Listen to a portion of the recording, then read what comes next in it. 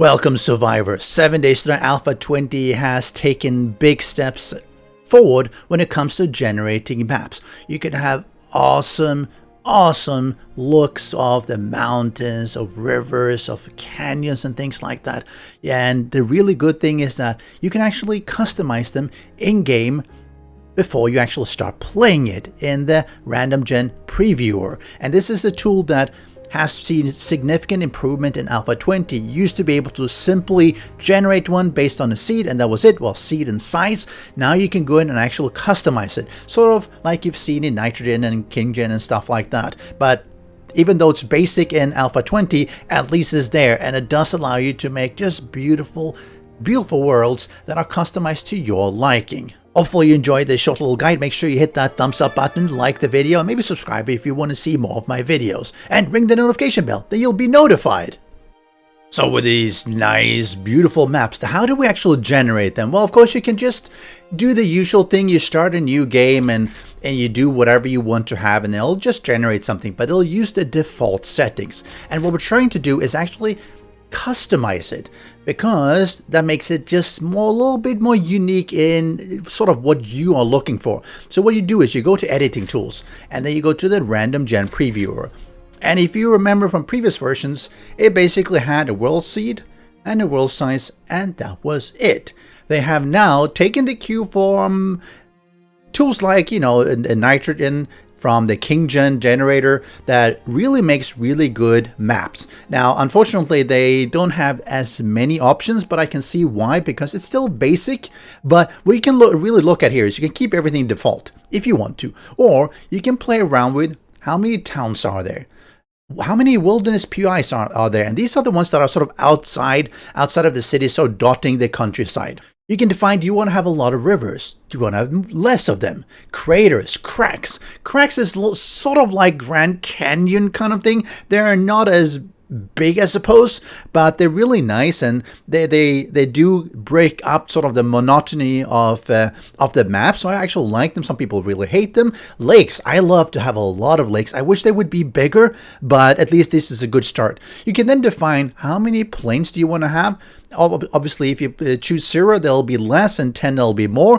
And this helps with, do you want to have a really flat place, which a lot of people like when it comes to building their bases. Same thing for the hills. Do you want to have a few hills, a lot of hills? And mountains, I love the mountains. It's something that I think really adds character to the game. Now, mountains, I believe, are stamps, meaning they are sort of pre-generated look-wise, but you can have them in, all the biomes, and I think they look amazing. The only problem with mountains is that generally you don't use them very much. You might go up on one, have a nice look around, but they're sort of impassable in the sense that there's no easy way to get through them because it's very, very mountainous, obviously, but I love them. I love to have them around because, well, we'll see when we generate here, but they will create areas where you can get a good view, but you have to sort of go around if you want to move around easily. And then you can, and I think this is a nice feature, they have sort of how random it's supposed to be, the global amount of randomness for the actual creation. And if we look here at the patch notes, you'll see that's exactly what they're talking about. They're talking about allowing to tweak and create your custom maps and, the frequency of various things that you can create in there. And it really is a good tool. So what we're going to do here, I'm going to type in Random, and we're going to keep it 6K because that's a little bit faster to generate. And we're going to have a lot of towns. I love to have a lot of towns. We're going to have a lot of wilderness POIs because otherwise it's really empty. Rivers, just bring it on. Craters, a lot of them. Cracks, yes. Lakes, many. Plains, many. Hills, many. Mountains, and randomness. And we'll be able to generate this. Let me hit generation, and it'll probably take something like 6 minutes, 5-6 minutes or something like that. They have said that they're aiming for roughly a minute something per kilometer they're doing. So this is a 6K, meaning 6,000 meter, meaning 6 kilometer in a square. So it should take about 5 to 6, depending on your system.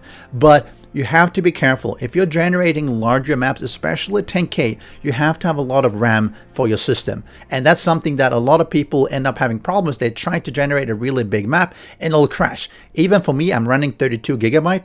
on my system, and I pretty much have to restart my computer, shut everything down, making sure that I don't have all the browsers and everything running, and then generate, because it will run out of RAM otherwise as it's generating, and it'll just crash, which is so annoying. And so if you can't generate a 10K, sorry, you're stuck with an 8K probably, which is usually working for everyone. Well, record time, 2 minutes and 51 seconds, and we have our map. And you'll get something like this, and I believe this is a lake.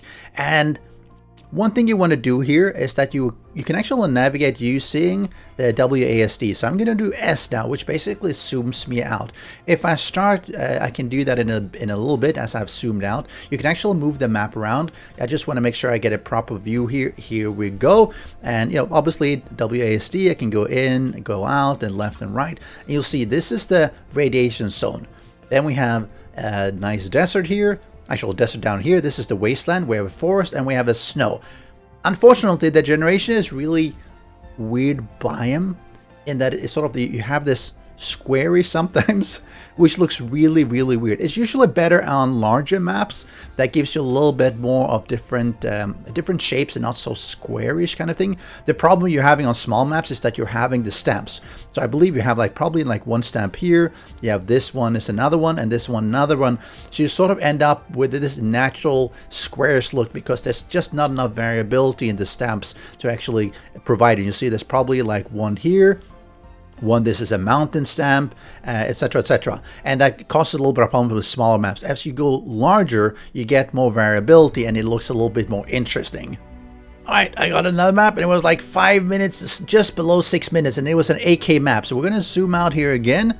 It's going to take a little bit longer, but you see now because it's a larger size, it has a bit more ability to make it a little bit more unique. Still going to get that red border, but you see, because I believe the stamp size is probably something like this or whatever, that sort of makes it a lot more easier to have a bit better map as it gets bigger. And if you go up to 10K, it's usually even better as well. So this is generally how it is. And if I move down here a little bit, what you can do if you use the mouse and left click doesn't do anything. Right click basically holds the map, and then as you turn left and right, everything rotates. If it goes backwards and forwards, you're basically tilting it, and that allows you to navigate. So you can actually go in and just check the different features out. Let's say you want to look at this mountain. You can have a look at here. Beautiful. Pretty much in the center of the map, but you can see we have all these mountains because we wanted to have many mountains. You'll see there's basically a mountain range here where you can sort of go through. You see the roads coming through on the sides because this is sort of the mountain stamp. That makes it really, really nice. You can sort of go up here. If you have a base here, you get a really phenomenal view of it. And then you sort of have the rivers. It's a little bit of a weird river here, I have to say. See, they're trying to do something, but they don't look really natural. The lakes are good and look really good. So what I'm going to do, I'm going to load into this. So what you want to keep in mind is this, South Dutella County. Keep that in mind, because when we go back here, we're going to go back into new game, and we're going to do test here, and we're going to choose South Dutella County, which is the one we just had, and I'm going to start it up. We're spawning in here in the forest. Yeah, let's get past this. And one of the good things, well, one of the interesting things about spawning in Alpha 20 is that you tend to spawn really close to the trader, and this is where the trader is. But let's go into debug mode so we can actually see what's around. We'll see those beautiful mountains around. Oh, isn't that nice? Let's see if we go, we're going to go to the west here, I believe.